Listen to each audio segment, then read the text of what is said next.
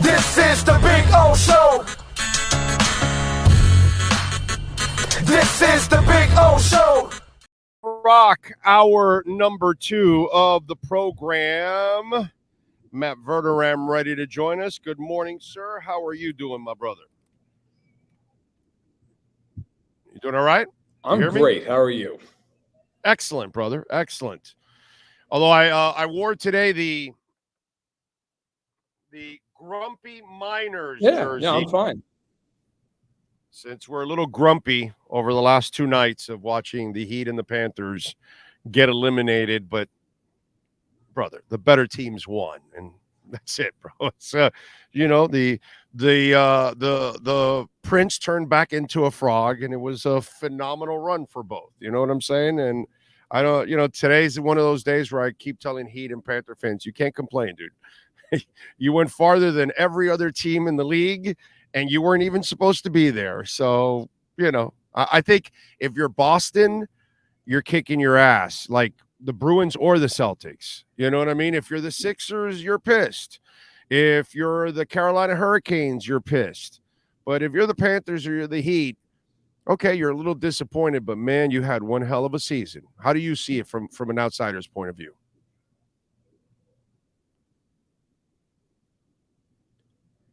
You had a great season. I mean, you got to the finals as 8 seeds. I mean, who could have ever expected that you were going to go to the finals as an 8 seed? I mean, the Heat especially. Nobody thought they were going to beat Milwaukee. Everybody thought that was going to be a 4 or 5 game series, and it was. It ended up being a 5-game series, but not in the direction everybody thought. I think at some point, you know what? You got to say it's disappointing you lose at any point in time, but to get that far, that's an amazing run, especially, again, for an 8 seed in the NBA. I mean, they're only the second team ever to be an 8 seed to get to the final. I'm with you there, man. All right, so let's get to a little NFL. Dalvin Cook. Does Dalvin Cook have a sense of reality? Is what I want to know, because I'm going to read, and you probably read his quotes already, but just in case there are others out there that haven't read his quotes, and maybe you disagree with me on here on what I'm about to say, but when it comes to Dalvin Cook, he wants to go to a place, and so I don't paraphrase, let me read his exact quotes that he told Tom Pelissero from the NFL Network. He says, I want the value. I want somebody who values Dalvin Cook. I love the third person stuff. I want somebody that wants me to be there and give me the ball. I just want to go into the right situation so I can help somebody win. Like you said, the money's going to come. If you play good football, they are going to pay you. I just want to go to somewhere where it feels like it's home and somebody to help somebody win, and just go there to be me. Just go turn it loose and look for home. That's it. My shoulder's feeling great. So it's like a waiting game right now at this point, just trying to find the right situation. I don't think it's a rush or anything. So you look at it, he wants to be paid. He wants to be paid. He wants to be the main ball carrier. He wants a lot of carries. He wants money. Let's see. Nobody trades for Derrick Henry. Austin Eckler also couldn't find a trade partner. Saquon Barkley is pissed and holding out because they won't give him a big contract. Aaron Jones had to cut his salary from $17 million to $11 million. Yep. Dalvin Cook wants to be the main ball carrier, and he wants a lot of money. Is he sitting in reality right now that he plays running back? Please help me here, Matt. He's probably not going to get paid a lot of money. I mean, that's just the reality. Like, I mean, Big L, look, you and I have been, watching the sport combined probably for 70 years. I mean, the reality of it is this is the worst time ever to be a running back in the history of the NFL. You are not going to get big money. And if you do, by the way, it's going to be one of those contracts where it's like, yeah, you got paid, but it's really like 2 years and then a bunch of team options. Like that, I mean, that's really how it works, right? And so if you're Dalvin Cook, do I think he could be the bell cow somewhere? Yeah, I definitely think he could be the bell cow. I mean, he's got 4 straight years of 1,100 plus yards. But is he going to get paid the way he wants to get paid? No. If that was the case, Minnesota would still have him on the team. So, and by the way, nobody bell cows anymore. Very There are few. very few Very, bell very cows. right. I mean, There's a bell cow available. The ultimate bell cow is available to be had by anybody. right, The Titans would gladly trade you Derrick Henry. If you think you're yes. one running back away from a Super Bowl, who are you getting, dude?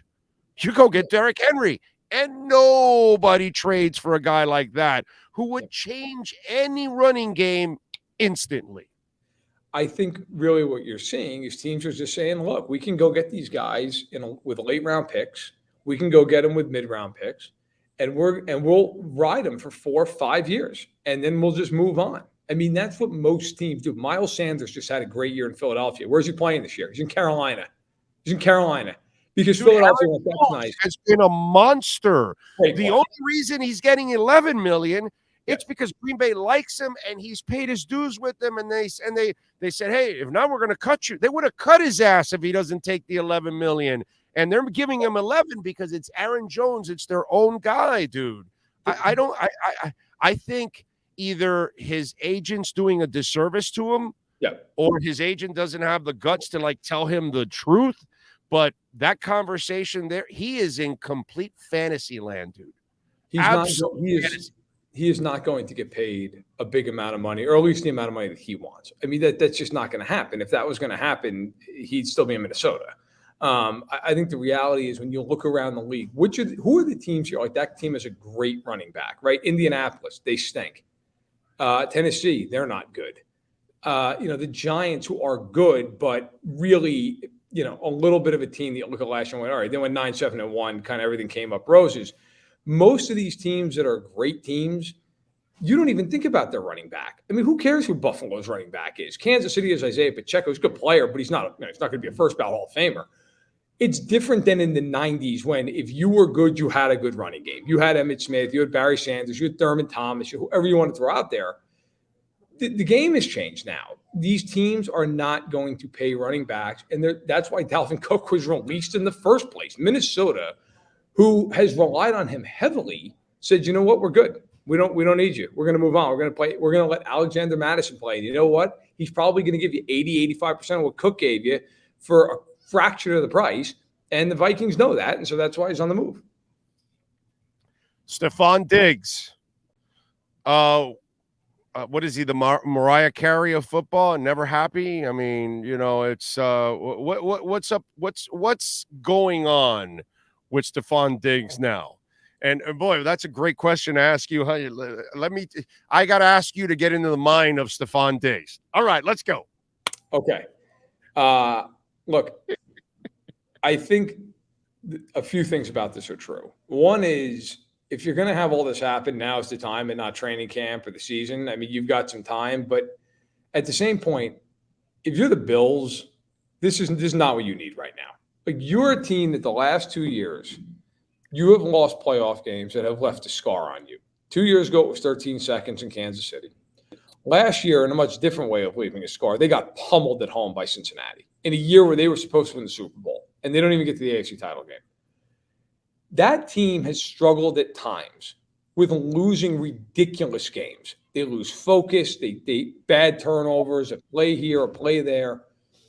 And so right now, my feeling is you need to be, if you're the Bills, everything's got to be laser focused. And instead of, and by the way, that division's a hell of a lot better too. And now you're focused on what? You're focused on what is being termed a non-football issue with Diggs in the team. And Allen is saying, well, the team's got to communicate better. The team just gave him a 5 years worth of money. I mean, 20, he's going to make like $25 million or something. I don't know what it is, but he's making a lot of money, bro. He signed for 5 more seasons. Like, look, if I'm the Bills, sure, you want to placate the guy, keep him happy and all that. But like, at the same point, you're trying to win games. And I'm not going to say that something going on early June is going to derail the season. I think that's aggressive. But it speaks to a larger problem sometimes, I think, with the Bills, which is there's always like when you watch the Bengals, when you watch Kansas City, when you watch Philadelphia, San Francisco, those teams are laser focused on what they need to do. Like, doesn't mean they never have a bad game, but those teams are just honed in. And with the Bills, they lose to Zach Wilson last year, and it cost them home field advantage. 2 years ago, they lost to Urban Meyer. That was impossible that year. They lost that game, didn't score a touchdown. Like, you need to be focused. And I think this speaks to the larger issue of what are they doing? Why is Diggs worried about this? Just get on the field and do what you need to do and be there and be accountable to your teammates. And right now he's not being that. It is truly amazing. It's just, again, like, you got nothing to complain about, bro. You're getting paid a boatload of money and they throw you the ball a whole bunch. But the problem is, but the problem is, if you don't throw the ball to him in a game, he'll lose his mind. I mean, in one game last year, the coach had to hug him in the halftime and, whisper in his ear sweet nothings to kind of make him feel comfortable again or something. I don't know. It's just an odd thing, dude. I know this isn't the typical format, but I'm going to swing this around and ask you a question. Do you think that the Bills are going to take a significant step back this season? No, I don't think a significant step back. I think they could take a small step back. Yeah, I think the Dolphins win the division. I think the Bills are the wild card. I agree. That's what I think ends up happening this year, to be quite honest. So, yeah, I think it's a step back, but it's a slight step back. They're still going to be a pain in the ass to deal with. They're still very, very talented. If X is going to be healthy, and then you've got Ramsey, I'm just not fearing any receiving core right now, because Holland and those two corners are going to make life impossible. And for a quarterback like him, I know he's fantastic running and all that, but throwing, he's going to get erratic at times, and he's going to make some mistakes, and you could force him into mistakes. I think Miami and that defensive coordinator is the kind of defensive coordinator you want against Josh Allen, because that's the kind of defense that will force the Bills to be perfect all the way downfield, because he's not going to be blitzing you a ton. He's going to be flooding the secondary, and then he's going to be trying to confuse you with the fronts. And then that's what he's going to try to play. And I think that's how you get to Josh Allen, when you have to force him to be perfect all the way downfield. And that's why there's a lot of reasons why, but that's one of the main reasons why I like the Dolphins over the Bills this year, and why maybe I'm an insane maniac thinking You're not. I think Miami's going to win the division too. And I look at the reason I asked that is I just wonder with Buffalo a little bit, and I tend to be with, I think the way you put it is how I would feel, but I do wonder a little bit with this. Three Pro Bowl caliber players in that secondary. I think that secondary is scary as hell. Oh my God. Well, I just, look, I agree with you. I wonder with Buffalo, one thing that went under the radar yesterday, I mean, all this stuff with Diggs going on, but Allen made a comment in a presser yesterday where he said, I'm paraphrasing, but essentially said the team has to do a better job communicating. That speaks to a much larger issue than just Stephon Diggs. And what does that mean? Is that the coaching staff? Is it the front office? Who is that? You would think it'd be the coaching staff. I mean, that's at least how I read it. Last year, the one thing about Buffalo that concerned me long term for them is as that year went on, it is actually exemplified in that playoff game against the Dolphins. Ken Dorsey, there was no game plan. It was just, we're going to throw the ball down the field 25 times and hope that a handful of them hit. That is hope. Hope is not a strategy in life or in the NFL. And I do wonder, is there a little bit of consternation in that building that goes just beyond Stephon Diggs? I mean, is there a little bit of we've gotten a couple bites at this apple, haven't been able to do it. Now they're not the favorite anymore. Kansas City's better than them. Cincinnati, in my opinion, is better than them. I think Miami's at least as good as them, if not better than them. Jacksonville is becoming a team to be reckoned with. The Jets, we'll see what they are. They're interesting. Baltimore, we'll see what they are, but they have talent. The Bills, you just wonder. And look, I'm writing a piece on this actually at Sports Illustrated right now. And I won't give the whole farm away, but their cap situation is a problem. Man. I was just going to tell you, he's got $24,000 cap hit, but his dead cap hit is $45 million, dude. Okay. Well, I mean, he's untradeable. Oh, no question. But I'm not even talking. By the way, it's coaching, not front office, the communication part. Why? He's got his fat ass salary. There's no need. That's all the front office communicates about is money. Okay, the money's done. So Right. Something's going on with playing time. Something's going on with he's not getting enough balls. He must have been complaining from last year, so he wants to set the table this year. Am I going to get as many balls as possible or whatever? It's coaching. It's definitely coaching. That contract is, oh my God, it is a cancer, that contract, if you can't fix things with this guy. Well, first of all, he's unmovable. Okay. But second of all, I'm not even talking about him. I'm talking about if you look at their, like most of the time when you are paying big cap hits, you're paying them to your quarterback, which they are too, which is fine.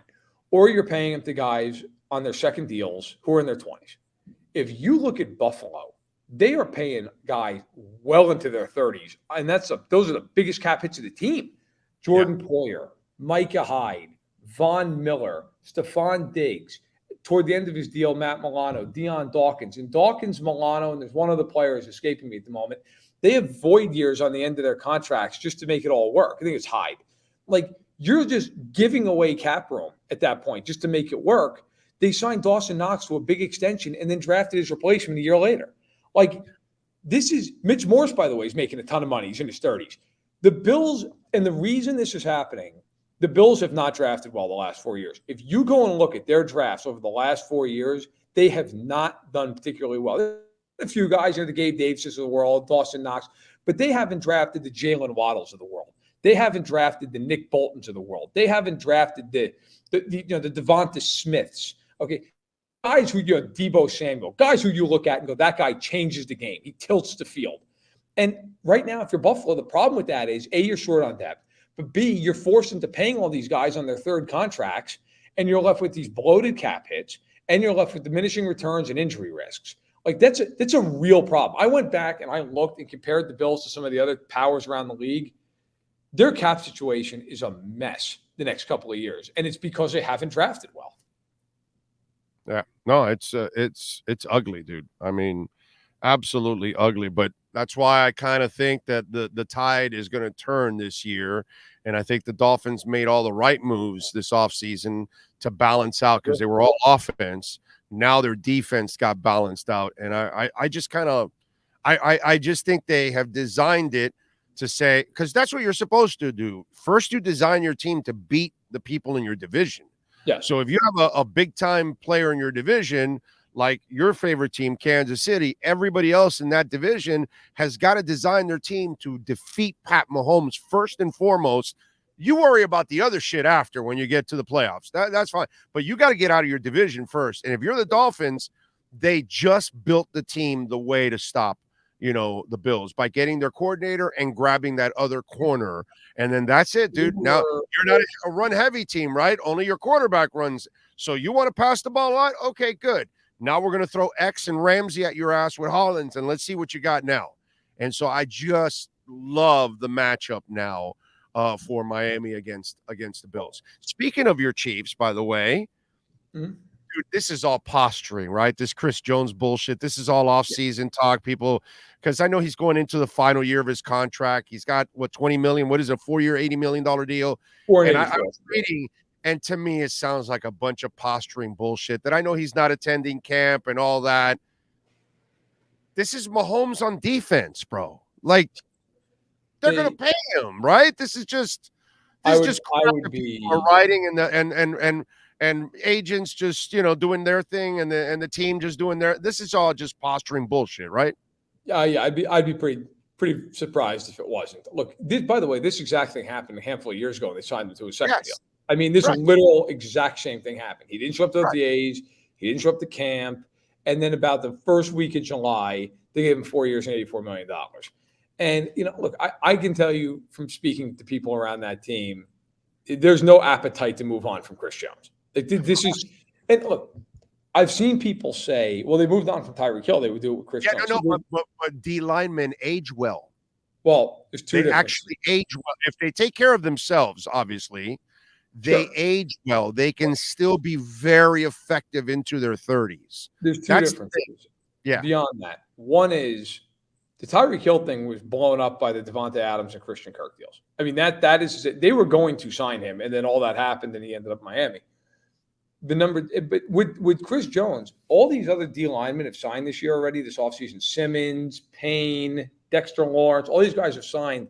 it didn't blow up the market. Now, I actually think it helped Kansas City, quite honestly. The market didn't move that much. Secondly, Chris Jones is on defense. Tyreek Hill's on offense. The Chiefs will always look at their offense and go, as long as we protect Mahomes, we're going to win a ton of games. He's going to score 1 million points, right? It's kind of like when Peyton Manning was throwing the ball to Griff Whalen and it didn't matter because he's Peyton Manning. Like it was him and Anthony Gonzalez and like Austin Collie, and they were scoring 35 points a game. Nobody cared. Right. The Chiefs, as much as they value Tyreek Hill, they always believed offensively they were going to score points because they have Mahomes, and they have a very good offensive line. Mahomes can't fix the defensive line. Chris Jones is the defensive line. And by the way, Chris Jones makes Nick Bolton as good as he is too, because nobody can block Nick Bolton because everybody's trying to block Chris Jones. So yes, yeah. I would expect them to sign him to a contract somewhere around 26 to 28 million a year, give or take, somewhere in that range. But yes, by the way, they want to sign because they'll create cap space next year from that. Yes, he won't about 20 million. So yeah, he won't have a large salary next year. Instead of the 20 million they're paying him this year, I bet it's like 10 next year because they'll backload the rest in the final couple of years of the deal. His cap hit this year is $28 million. So they'll slash that thing down to about 8 million. They'll save 20. Oh, yeah, they included this year. Well, I'll tell you what's really interesting. If they extend him in the next month and DeAndre Hopkins is still a free agent, then they will sit there and say, got the money now. What does it matter? Because they don't need to roll it forward. They have a ton of cap space going forward. But I'm afraid that DeAndre Hopkins has a little bit of the same disease that Dalvin Cook has. He might. I don't think he realizes that he's not getting money anymore like he thought he was going to get. So even if the Chiefs are interested, they have all the leverage. If he wants to go play with Mahomes, he's not going to play for big money. So you're not wrong. You're not wrong, but they are interested in him. But they don't have the money right now that they're willing to give him. Right. But if that happens, then all of a sudden the Chiefs have more of an appetite to just say, all right, you know what? I mean, I don't think they would overspend, but they would be more aggressive. Now, that's being said, he could sign with the Titans tomorrow, and that's the end of it. And I don't think the Chiefs are going to exactly lose any sleep over it. By the way, I appreciate the people in the chat asking me about the Hawaiian theme behind me.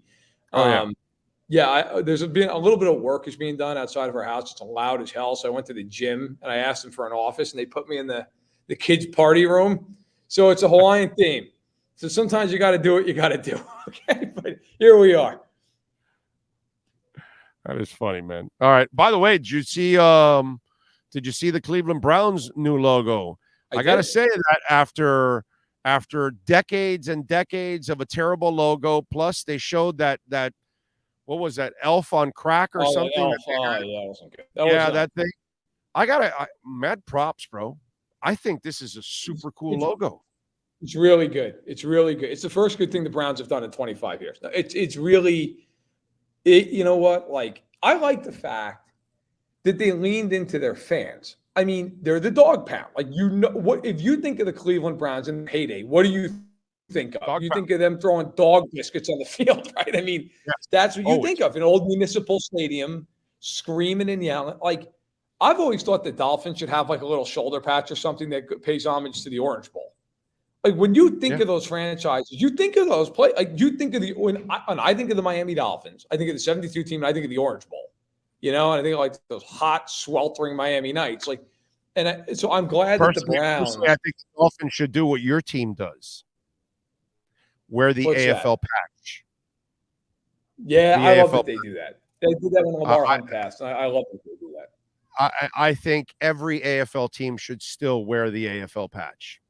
Just as I agree. It's a great small bit of history. there, I'm glad side, but to remember a league that was incredibly important to the growth of the NFL, because it contributed not just teams, but rules and things like that did not exist before the NFL. So I'm just saying, it's just, I would like that, because every time KC does that, and of course it means more there because the Hunt family is the one that created the damn AFL.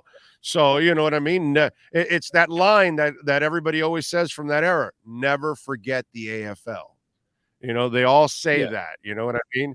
And so I remember a story about about Mr. Hunt seeing the Patriots win a Super Bowl, and he said, "Congratulations, go AFL."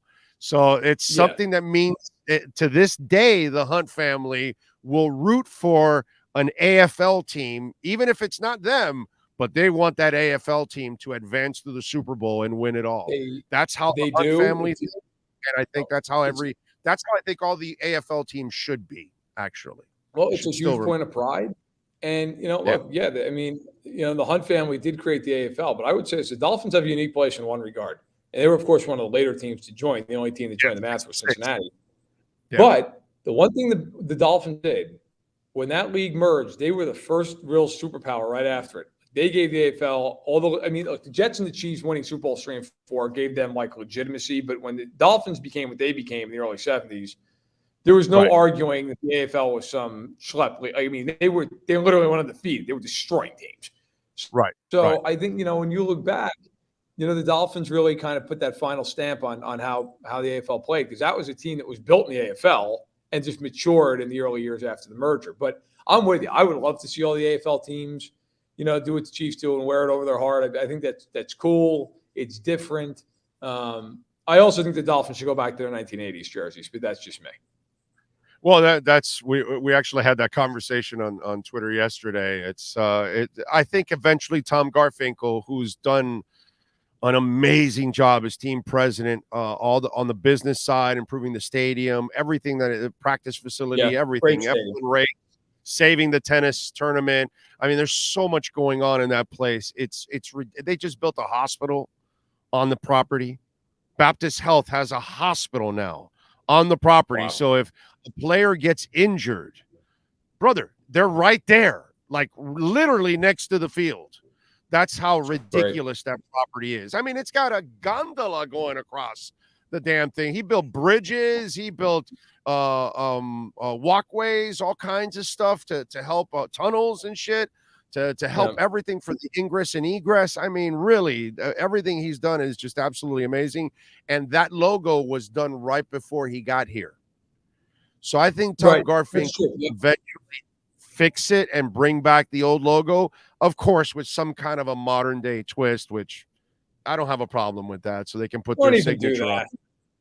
But I think they'll bring it back, but they'll do some kind of a little tweak. I don't think it'll be anything that'll change it massively, but I think they'll do some kind of a tweak because that's what they always do. You know what I mean? But yeah, I would love for them to actually bring it back.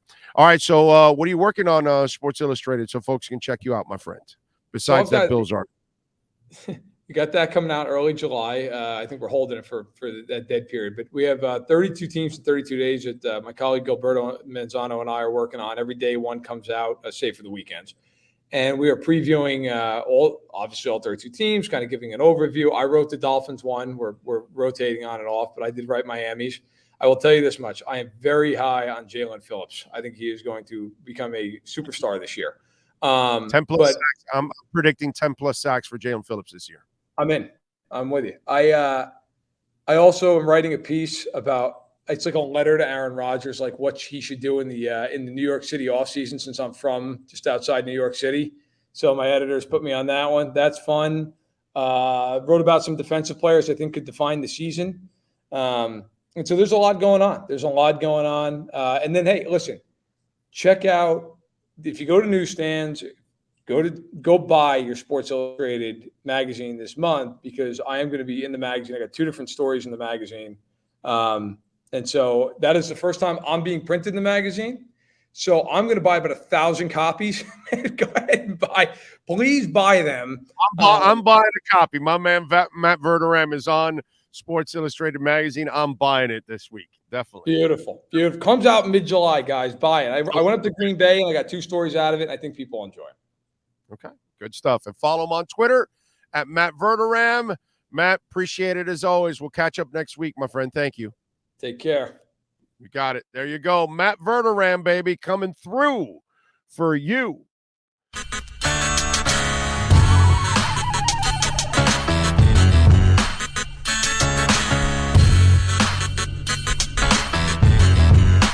This is the Big O Show.